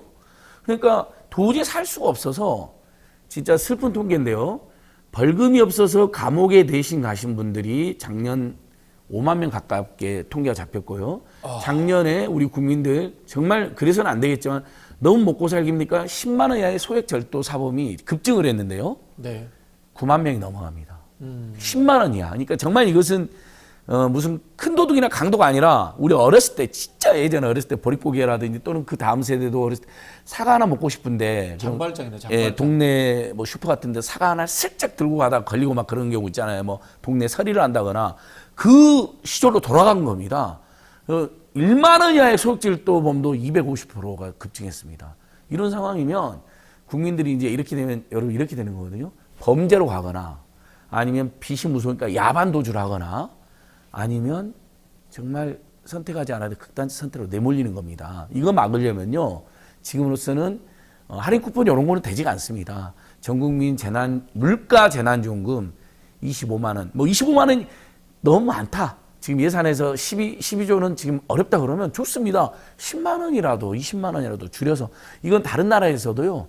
독일은 뭐 에너지를 그러니까 교통비를 3만 원 내면 뭐 3달간 대중교통 무료로 이용하는 뭐 이런 정책도 있고 캘리포니아주 같은 경우도 인플레 수당에 대해서 지급한 바가 있습니다. 그래서 충분히 가능하다 이렇게 보고 있습니다. 이게 이제 지역화폐 형태로 가면은 광역지자체나 기초지자체 같은 경우 굉장히 좋아할 것 같아요. 뭐 매칭할 수도 있고 뭐 그런 방법들이 생길 것 같거든요. 사실 지역화폐 문제는 지자체 장에 정당의 소속에 관계없이 다 좋아하거든요. 다 하고 있죠. 지금 보수, 진도, 중보할 것 없이 지역화폐는 안 하는 데가 없습니다. 뭐 네. 지역페이라고 있는 데도 있고 뭐 그렇죠. 지역 네. 사랑 상품권이라는 것도 있을 거고요. 그러니까 거기에다가 얹혀서 주기 때문에 기존에 이제 본인들이 그러면 이제 지자체가 예를 들면 정부 지원금에다가 우리가 예비비를 동원해서 우리도 예전에는 그래도 있습니다. 지자체가 조금 더 얹혀서 줍니다. 그렇게 하죠. 네. 네, 그러면 25만 원이나 30만 원이 될 수도 있고요. 네. 또 지자체가 5만 원 얹혀주면서 할증을 붙여줄 수도 있습니다. 지역화폐는 뭐 10%를 할증해 준다든지 그럼 5만 5천에 들어오는 거죠. 그럼 우리 국민 입장에서 얼마나 숨통이 튑니까? 근데 이제 유일한 반대 논리가 시중에 돈이 풀려서 뭐 인플레가 다시 일어난다고 하는데 요건 현금을 바로 푸는 게 아니잖아요. 문재인 정부 때도 포인트로 줬거든요. 신용카드 포인트 같은 형태로. 그다음에 지역에서 쓸 수 있는 카드를 줬거든요. 이것도 지역화폐로 주기 때문에 동네 경제에 반짝하는 효과는 있고 뭐 아주 미미하게 동네 단위에서 물가가 오를 염려가 있을지 있겠지만 시중에 돈이 막 어마어마하게 풀리는 그런 경우가 아니기 때문에 또 현금 막 풀려고 아무 데서 돈 쓰는 게 아니기 때문에 그것도 저는 기후에 불과하다 이렇게 보고 있습니다. 네, 그 질문을 강남훈 교수님께 드리려고 했는데 제가 연결해 드리려고 그런 겁니다. 교수님 연결이 아니라 남의 전문가까지. 질문을 뺏어가신 것 같아요. 이렇게 하시면 안 됩니다. 아니 제가 약간의 그러니까 저는 이제 좀 수박 거달기식으로 말씀해 드렸고 심층 네, 겨울에 수박 참. 자, 예. 교수님 이게 25만 원씩 주면은 말씀하신 것처럼 인플레가 생길 수도 있다 이런 이야기도 있는데 이게 사실 경제적 효과라든가 그런 점은 어떤 게 있을까요? 지금 인플레 걱정을 하는 건 지금 사각각 모르고 네. 이런 것에 대한 진단을 잘못하는 것입니다. 이 사각값이 오르고 이렇게 하는 것들은 공급 측면의 요인이거든요. 네. 그래서 작황이 나쁘고 중간에 유통업자들의 투기가 있고 이제 이런 공급 측면을 조절을 해야 되는 거고 지금 수요 측면은 가계의 실질 소득이 너무 줄어들고 있습니다. 그래서 경제 성장을 우리나라가 경제 발전을 쭉 하면서 현 정부 들어와서 가계 소득, 실질 가처분 소득이 계속 줄어들었던 한 3, 4분기 계속 줄어들었던 적이 있는데요. 이렇게 줄어든 수요가 줄어들은 그리고 안진걸 선생님 얘기하셨지만 빚이 늘어가고 필수 소비가 줄어드는 그런 상황에서는 이 수요 때문에 생기는 인플레이션을 걱정할 필요가 없거든요. 지금 상황이 바로 오히려 수요 때문에는 디플레이션의 요인이 있고 그런데 국제적인 공급망 문제가 있고 또 우리나라에서 또 우리나라의 특유한 공급망 문제가 있어서 지금 불황이면서도 물가가 이렇게 오르는 상태인데 이런 상태에서는 인플레이션은 그 공급 측면 요인을 건드리면서 해결을 해야 되고요. 이 불황이고 가계소득이 줄어들고 하는 건 가계의 실질 소득을 늘려줘서 이렇게 양쪽을 다 해결해야 되거든요. 그래서 이분들은 인플레이션의 원인을 잘못 알고 이렇게 대응을 하는 것이라고 생각됩니다. 특히 지자체 아까 얘기가 나왔었는데요.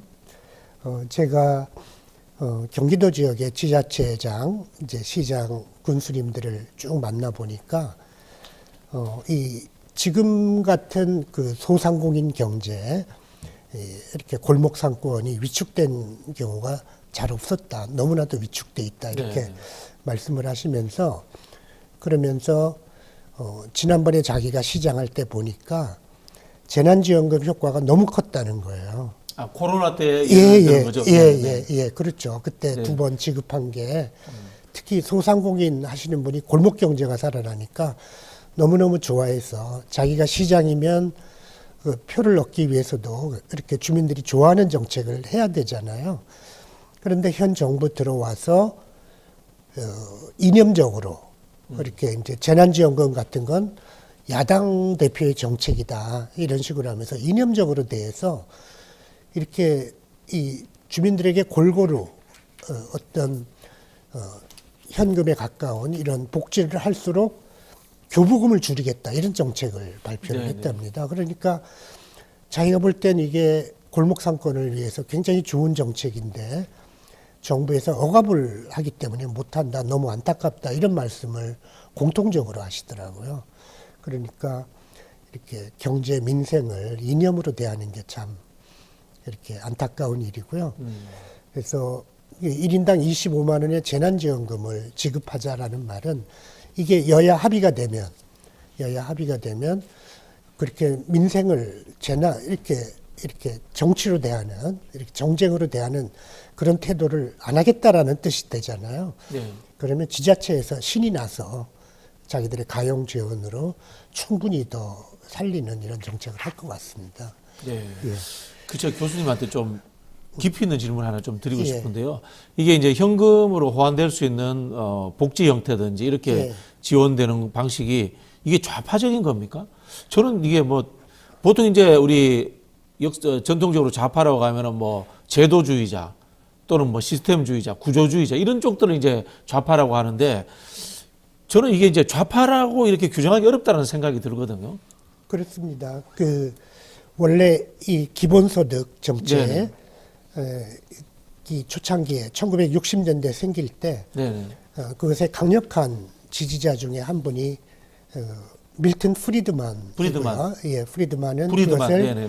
프리드만 기억하겠습니다. 영어로는 네. 네거티브 인컴 텍스라고 이름을 붙였는데요. 네네. 그건 나중에 우리가 좀 이야기를 할 기회가 있을지 모르겠습니다만 오세훈 시장의 안심소득하고 거의 같다. 예, 그런 것이거든요. 그러니까 기본소득의 한 형태로 볼 수도 있습니다. 근데 밀턴 프리드만은 굉장한 보수주의자거든요.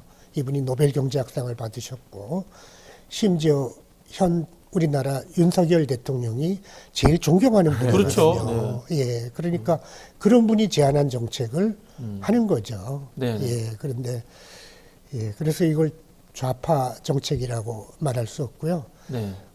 오히려 좌파와 우파가 함께 지지하는 그런 정책이다. 뭐 반대하는 분도 있는데 함께 반대하거나 함께 지지하는 네네. 뭐 그런 정책이죠. 네, 알겠습니다. 좀 더 여쭤보면은 이제 기본소득을 하면은 사람들이 게을러질 수 있다. 예. 옛날 이게 복지정책 비판하던 논리하고 비슷한 진짜 이게 시대 뒤떨어진 그런 비판을 하는 분들이 있는데 여기에 대해서는 어떻게 역비판을 하시겠습니까? 지금 현재 미국에서 한 100여 개 시장님들이 이 기본소득 실험을 하고 있습니다. 네. 그러니까 미국이 상당한 실험을 제일 많이 하는 나라입니다. 기본소득은. 그리고 시장님 중에 뭐 좌파 우파가 다 있습니다. 네. 근데 그 실험의 중간중간 결과가 나오고 있는데 기본소득을 지급받았다고 해서 노동을 줄이는 경우는 거의 없고 오히려 노동시간이 늘어나는 네. 그런 경향이 있습니다. 그러니까 전통적인 그 실업자에게만 생각을 해보십시오. 실업자에게만 어떤 지원을 한다 그러면 비정규직이라도 취업을 해서 소득이 생기는 순간에 그 지원금이 끊어지잖아요. 그렇죠. 네. 그러니까 그 지원금을 받기 위해서라도 일을 못하는 거죠. 네. 그리고 일을 하려면 지원금보다 훨씬 좋은 일자리일 때 그때는 일을 하겠지만 지원금보다 조금 좋은 일자리다 그러면 놀고 지원금 받는 게 좋잖아요. 그게 이제 게을러진다는 비판 그렇죠. 이유가 됐네요. 그게 네. 전통적인 복지 정책에 예, 대한, 노동을 실업이냐 아니냐를 기준으로 한 복지일 때는 그런데 모든 사람에게 다 지급하면 자기가 실업자일 때도 받지만 일을 해도 받잖아요. 네, 네. 그래서 이 기본소득 정책의 장점은 기존의 복지 정책이 노동을 줄이는 요인이 있다. 그렇죠. 예, 예. 취업하면 못 받으니까. 뭐 예를 들자면 이제 과거에 이제 실업급여 많이 주는 프랑스 같은 나라에는 예. 1년 일하고 한 6개월 놀아버리는 거죠. 실업급여로도 살 수 있으니까. 예, 예. 우리나라도 이렇게 취업했다가 실업급여금을 타고 네. 뭐 그거 위해서 아주 일부지만 자꾸 그렇게 실업자가 되는 이제 그러한 문제가 일부 생긴 적이 있었는데요. 그러니까 그런 이 옛날에 완전고용 시절에는 실업자가 몇 명 안 되잖아요. 그렇죠. 네. 그리고 실업자하고 취업자 소득이 다 정규직이었잖아요. 그러니까 차이가 뚜렷하게 나니까 그 실업자인 분만 도와줘도 별 문제가 없어요. 네, 네. 예, 그런데 지금은 이 불안정고용 시절에 그래서 비정규직 노동자가 상당한 인구의 절반이 되고 그래서 소득이 툭 끊어지는 게 아니라 다 연결돼 있잖아요. 그래 이제 이런 시대에는 일 안 하는 사람만 어떤 복지를 주면 실업자만 주면 일을 하는 사람이 손해 보거든요. 이제 그래서 그걸 막기 위해서 지금 세계 각국에서 아까 미국에서도 기본소득 실험이 진행되는 거거든요. 그러니까 현대 경제에 적합하게 어떤 새로운 복지 제도를 구상하자 이런 뜻이 있고 그거는 어떻게 하면 노동을 더 많이 해도 노동을 해도 손해 보지 않는 복지 제도 이런 걸 설계하기 위해서 기본소득 실험이 많이 진행되고 있다 이렇게 말씀드릴 수 있습니다. 네. 저는 우리가 이제 이런 복지제도나 기본소득 논의할 때마다 나오는 말, 나라 망한다, 경제 망한다는 말, 이제 진보, 중도, 보수 어느 쪽에서도 안 했으면 좋겠어요. 아니 문재인 정부 때 코로나 지원금 줘서 경제가 살아났는데 그러니까요. 뭘 아니, 그러니까 가장 비근한 예로 제가 정말 아직도 생생히 주 5일 근무제 제가 캠페인 했었는데 예전에 참여연대라는 단체 때 그때 정말 막 보수 언론 경제계에서 주 5일 근무하면 나라가 망한답니다. 안 그래도 대한민국 일을 안 하는데 뭐 일을 안 해요. 세계 최장 노동시간인데 일을 안 한다고 거짓말하더니 이러면 경제 폭망한대요. 주 5일 근무한 다음에 이틀 쉬니까요. 사람들의 생산성이 더 늘어납니다. 이제 프랑스라든지 그다음 이재명 대표 공약도 주 4일, 주 4.5일 근무까지 이야기 나오죠. 주 3일도 논의가 됩니다. 절반 일하고 절반 쉬고 절반 교육하고 그러면 더 훌륭한 일 한다는 게 이제 재택근무도 일부 가명해가지고요. 그다음에 여러분 친환경 무상급식 하면 나라 망한다고 오세훈 시장 그렇게 난리 폈는데 나라 망했습니까? 오히려 다른 나라에서요. 지금 한국 초중고 친환경 무상급식 우리는 무상교육만 했는데 아니 무상교육에다가 무상급식까지 그것도 동네에 친환경 유기농 식자재 공급센터를 만들어가지고 가급적 가까운 거리에 있는 농촌의 생산물을 바로 학교로 이렇게 직공급하네? 그 시스템을 보고 깜짝 놀래가지고요. 야, 대한민국 대단한 정치이다. 이렇게 하고 갑니다. 그러니까 제발 그 속지 않았으면 좋겠어요. 강원도 하천군 예를 들게요. 여기는 보수적인 국민의힘 군수입니다. 대학까지 무상교육을 합니다. 초중고 학생들은 무상버스를 합니다. 왜? 아이들이 버스는 무상으로 타게 도와줘 어른들이. 그리고 어렸을 때부터 대중교통 친화적인 삶을 가르쳐줘. 거기가 국민의힘 소속이 깜짝 놀래요. 민주당 소속 지자체장들 뭐하고 있냐고 제가 따지고 싶을 정도로 열심히 해요. 그러니까 근데 반응 너무 좋습니다. 하천군 들어가 보시면요. 주민들이 이사로 와요. 그러니까 이건 진보 정도 보수의 문제가 아니라 인구를 늘리고 지역 소멸을 막는 정책이고요. 누구나 하는 겁니다. 지역 화폐도 아까 강남 교수님 말씀하셨지만 보수 지자체장들이 지역 화폐 좋아해요. 근데 중앙정부에서 이번에 윤석열 정부에서 영원으로 만들어놨잖아요. 올해. 그 이제 야당이 겨우 복원했는데 절반밖에 복원이 안 됐어요. 그러면 예산과 할증률이 줄어들면 그러면 선착순으로 소진돼 버려요. 잘못하면요. 그다음에 할증률이 줄어들고 10만 원 사면 12만 원 주던 게 5천 원만 주는 거예요. 이제 이런 문제가 있는데 정말 이런 걸로 더 이상 우리 사회가 논란해서는 안 되고 미래가 굉장히 불안하고 불투명하기 때문에 오히려 기본소득 미국만 해도 뭐 앤드류 양이나 앨런 머스크 같은 대단한 자본가들이 기본소득을 지지하잖아요. 그러니까 이건 꼭 좌파 정책도 아닌 거죠. 오히려 경제를 살리고 미래를 대비하는 사회적 합의를 전 세계 다 시도하는 겁니다. 그러니까 그리고 한 1년에 100만 원 지금 주자는 겁니다. 여러분은 한 달에 100만 원도 아니고. 근데 1년에 100만 원 주기 때문에 일 안 하는 사람이 있겠습니까? 이런 가짜 뉴스는 하지 마시자고요. 그러니까 이제 미국 예를 들어봐도 아까 제가 미국에서 한 100개 시에서 기본소득 실험을 하고 있잖아요. 근데 미국에서 한 40년 이상 기본소득을 지급해온 주가 있거든요. 네. 그게 바로 알래스카 주 기본소득이고요. 이제 이 주는 우리가 기본소득을 두 종류로 나눌 수가 있습니다. 재원에 따라서요. 재원이 조세가 되는 네. 그런 기본소득이 있고, 재원이 공유부랄까. 공유부라는 건 그 그 나라 전체 국민에게 속하는 부가 있잖아요. 네네네. 예를 들면 알래스카 같으면 석유 천연자원이 네네. 알래스카의 공유부였거든요. 그래서 공유부에서 수입이 생기잖아요. 그 수입을 주민들에게 나누는 그런 정책을 한. 그럼 우리나라 같은 경우는 세제 외의 그 수익금 예, 그런 예. 게 이제 예, 되겠네요. 예, 우리나라에 예, 세제. 뭐 예를 들면 뭐 이렇게 주차비 거두는 거라든가 그렇습니다. 예, 그 입장료 수입 이런 것들을 예, 이야기할 수 있겠네요. 우리 국민들이 합의하는 거죠. 이건 예, 우리 예. 공유부로 하자. 이제 나라마다. 그래서 그러니까 알래스카는 지하 자원은 우리 공유부로 하자. 이렇게 네네네. 주민들이 주 헌법으로 합의를 봤거든요. 그래서 이 석유에서 나오는 수입을 지금 한 40년, 50년 가까이 기본소득으로 나눠주고 있는데요. 알래스카는 비정규직 일을 제일 잘합니다, 주민들이. 미국에서 비정규직 노동이 가장 많은 주에 들어가 잘 받아들입니다. 네네. 왜냐하면 이 태도가 달라지는 거죠, 오히려. 네네. 그다음에 알래스카는 뭐 석유 수입도 크지만 미국에서 매우 잘 사는 주에 들어가거든요. 그리고 미국에서 잘 사는 주는 대개 소득이 불평등하거든요.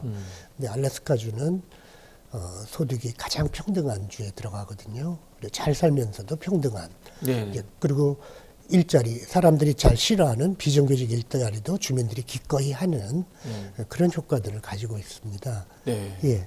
우리나라에서도 전남 신안군이 그 풍력 발전이나 해상 태양광 발전을 많이 하잖아요. 네. 그걸로 1년에 몇십만 원씩 주민들에게 기본소득, 배당소득을 해줍니다. 반응이 너무 좋습니다. 네. 그러니까 이게 충분히 됩니다. 예. 알래스카보다는 신안이 낫네요. 신안 안 추워서. 그렇죠. 신안 이야기를 참 예, 우리 교수님 많이 잘 연구하셔요. 해주셨는데요.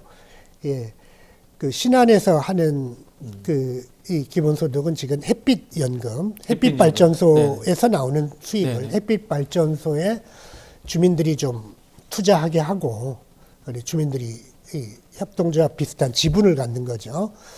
갖고 투자하게 하고, 그걸 근거로 지금은 현재는 5개 섬에서만 지급하고 있는데, 바로 그게 공유부형 기본소득이죠. 네네. 그래서 신안군은 지금 섬이 한 1000여 개, 1004개, 1004개가 되는데요. 이제 그 중에 5개 섬에서만 있지만, 그 신안군에서는 그 바다가 있어서 바다의 풍력 발전을 계획하고 있습니다. 네네. 이제 그 풍력 발전은 규모가 좀 크기 때문에 네. 그게 되면 모든 섬, 신안군 전체 주민에게 액수가 무려 월 50만 원씩 예, 지급할 수 있는 계획을 세우고, 이 바다의 어민들이나 주변의 농민들하고 그 다 주민 합의까지 다 마쳤거든요. 이제 그 하면 됩니다. 하면 되는데 단 지금 중앙정부에서 현 정부가 들어서면서 그리드 연결이라든지 이런 협조를 안 해줘가지고 그걸 지금 시작을 못 하고 있거든요. 그러니까 바로 그런 공유부 기본소득으로도 우리나라는 특히 앞으로 에너지 전환을 하기 위해서는 동네마다 마을마다 햇빛 발전소가 있어야 되고, 좀 바다라든지 큰 데는 풍력 그렇죠. 발전소 이런 게 많이 지어져야 되고, 전 국토가 이렇게 가는 데마다 재생 발전소가 보이는 그런 나라로 뒤바뀜하게 되면 이 공유부 기본소득만으로도 우리 국민들이 아주 최소한의 어떤 금액은 받을 수 있는 그런 게 되거든요. 그래서 전 세계가 재생에너지를 전환을 하는데, 가령 우리 안진걸 선생님 얘기하셨지만 아까 무상급식이라는 아이디어는 한국에서 최고로 먼저 찾았잖아요. 네네. 액수도 안 들지만 이게 효과가 크거든요. 그래서 가령 뭐 무상급식이라는 게 아까 뉴욕주 이야기도 진짜 민생 전문가답게 잘 하셔서 좋은 얘기를 했는데, 뉴욕주에서 해보니까 깜짝 놀란 거예요. 뉴욕주에서 한국에 무상급식을 받아서 뉴욕주가 해보니까 한국의 무상급식 정책을 수립한 거네요. 세계에서 다 배워온다. 뉴욕시에서 뉴욕시죠. 했는데 놀라운 효과가 있는 게 아이들 성적이 오르는 거예요. 그걸 실험을 한 학교하고 안 한 학교가. 그 다음에 제일 중요한 게 학교 폭력이 줄어듭니다. 네. 그러니까 밥을 먹으니까 같이 네. 폭력이 식구니까. 폭력이 줄어들어서 무엇보다도 무상급식 주고 우리 학교 안전해졌다라고 모든 학생과 학부모가 그렇게 돼서 놀라운 효과들이 있는 게 이 한국에서 우리나라에서 개발한 모델이잖아요. 근데 이 신한군 모델도 전 세계가 재생에너지 하고 있을 때 이렇게 하면 되는구나 라는 모델이 지금 나와 있거든요. 우리나라에서. 그래서 지자체장께서 하신 좋은 모델을 확산만 하면 되는데 그 확산을 가로막고 있어서 너무나도 안타까운 상태입니다. 네. 저도 조금만 덧붙이면요. 네, 계속 덧붙이고 있습니다. 아닙니다. 많이 덧붙이고 계십니다. 네. 물가지원금 25만 원 주면 인플레 생긴다고 하도 떠들어서 제가 이제 우리나라 GDP가 2,000조 가까이 됩니다. 그러니까 12조니까 0.5%가 더 풀리는 겁니다. 근데 그것도 현금으로 무차별로 풀리는 게 아니라 동네에서 동네 마트, 슈퍼, 재래시장, 식당만 이용할 수 있는 포인트입니다. 그러니까 인플레 효과는 매우 제한적이고 이렇게 생각하시면 돼요. 자, 우리가 재난요금 25만 원 왔어요. 우리 4인 가구 이제 100만 원 들어왔다. 이제 그럼 식당에 갈 거잖아. 식당 아저씨들이 손님 늘어났네. 김치찌개 12,000원 하던 걸 갑자기 14,000원 못 올립니다. 그건 박리담회 하면 뻔히 되죠. 다 알기 때문에 오히려 박리담회를 시도하지. 그저께 분명히 2,000원 올렸는데 또 2,000원 올리면 지역 포인트 들어왔다고 2,000원 올렸다고 오히려 그 가게는 안 가버립니다. 그러니까 인플레 효과는 거의 없거나 매우 제한적이다. 지금은 오히려 수요가 없어서 수출도 망했는데 내수까지 망하는 상황이라면 이 정도의 수요는 특히 중소기업 소상공인에 하는 수요는 창출해 준 게 맞다라는 것입니다. 워낙 정부 역할을 안 하니까 이번에 민생경제연구소하고요. 그다음에 안진걸 TV 등이 뭘 하냐면 홍길동은행 오늘 개설합니다. 1인당 10만 원씩 240명 그러니까 기금 소진시까지 이제 돈이 많지 않으니까 일단 240명 묻지도 따지도 않고 사연만 보내면 바로 10만 원을 지급합니다. 저희가요. 대출이 아니라 무상지원입니다. 왜냐하면 정말 10만 원이 없어서 10만 명 가까이가 소액제일도를 하다 걸렸다는 거잖아요. 그리고 이런 분들이 범죄나 극단적 선택에 내몰리기 때문에 제발 그러지 마시고 우리한테 연락을 해라.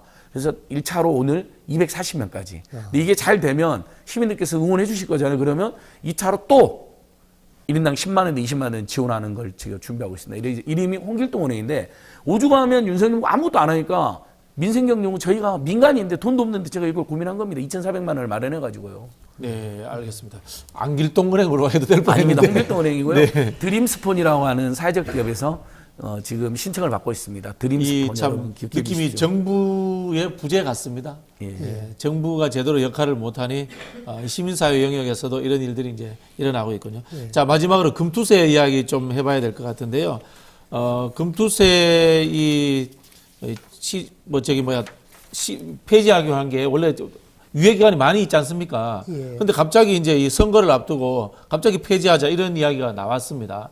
이게 어떤 효과가 있는가요? 주식하시는 분들이라든가? 이 금투세는 소액 투자가나 개인 투자가들에게는 거의 부담이 되지 않고요. 네네. 그러니까 금융 투자 수익이 있으면, 금융 투자 수익에 손해 난 걸 좀 빼줍니다. 그러니까 주식 거래를 하다가 이익이 볼 수도 있고 손해가 날 수도 있는데, 손해난 금액을 빼주고 이익이 난 금액에 대해서 세금을 매기자라고 하는 것이고, 이것은 모든 소득에 다 세금을 매겨야 된다는 조세 일반 원칙에 충실한 제도거든요. 네네. 그래서 대부분의 개인 투자가는 손해 나시는 분이 한 80%, 90%가 됩니다. 그래서 상관이 없고 돈을 아주 많이 버신 분들이 세금을 내게 되는 그런 제도인데, 이거를 폐지할 이유가 전혀 없죠. 이거는 오히려 가난한 이렇게 소액 투자가들에게는 거의 영향이 없고 오히려 도움이 좀 되고, 그리고 이렇게 거둔 세원으로 복지에 쓰는 게 맞는 제도인데, 이렇게 무조건 세금만 깎아주면 이렇게 좋은 것처럼 복지 정책인 것처럼 얘기하는 건 잘못이라고 할 수 있겠습니다. 네, 알겠습니다. 3억 이상의 이득이 발생해야 발생하는 세금인데 기본적으로 그런 분들이 우리 주식 투자에 얼마나 있겠어요. 대부분 손해를 보거나 네, 네. 주식 투자를 해도 5천만 원 이하의 소득을 얻는 분들이 대부분인데 또 5천만 원까지는 공제를 해줍니다. 그러니까 이건 정말 부자 감수성에도 초부자 감수입니다. 물론 이제 우리 서민들이나 중산 입장에서 한번 대박 났는데 세금이 나온다라고 그 자체를 좀 두려워하는 분들이 있는데 이득에 발생하는 거잖아요. 손해 발생시키는 게 아니고. 그래서 만약에 10억의 소득이 발생하면 일부 내는 거거든요. 그 정도는 대한민국이 그 정도의 사회적 합의는 되어 있다고 봅니다. 그래서 그리고 이거 유예를 또 해줬어요. 2년이나. 근데 뭘 또 유예가지고 나중에 그때쯤에 사회적 다시 논의를 하면 됩니다. 진짜 문제가 있는데 총선 앞도 막 이걸로 생색을 냅니다. 윤석열 정부에서. 그러니까 그냥 총선에서 분위기가 안 좋으니까 마구 막 부자 감세를 막 발표하는 이런 형국인데 이건 정부 정책의 신뢰성, 투명성, 책임성에도 매우 반합니다. 매우 바람직하지 않습니다. 그러니까 부자 감세가 이 서민복지 축소로 연결되는 거거든요. 세금이 줄면 복지도 줄어들잖아요. 그러니까 부자 감세, 복지 축소, 서민복지 축소 이 두 가지 정책을 하면서 서민복지 축소를 얘기를 안 해버리는 거예요. 그러니까 부자 감세만 하면 서민도 뭐 감세되는 것처럼. 그래서 그게 큰 문제일 것 같습니다. 네, 알겠습니다. 자, 두 분 뭐 좋은 말씀 감사합니다. 여기서 마치도록 하겠습니다. 예, 감사합니다. 감사합니다. 네, 뉴스 인사이다 1부는 여기까지입니다. 잠시 후에 뉴스 인사 프라임으로 찾아뵙도록 하겠습니다. 어디 가지 마시고요. 혹시나 이 구독 안 누르신 분들은 구독 좀 많이 눌러주십시오. 그리고 주위에 가셔가지고 많이 좀 홍보해 주십시오. 네.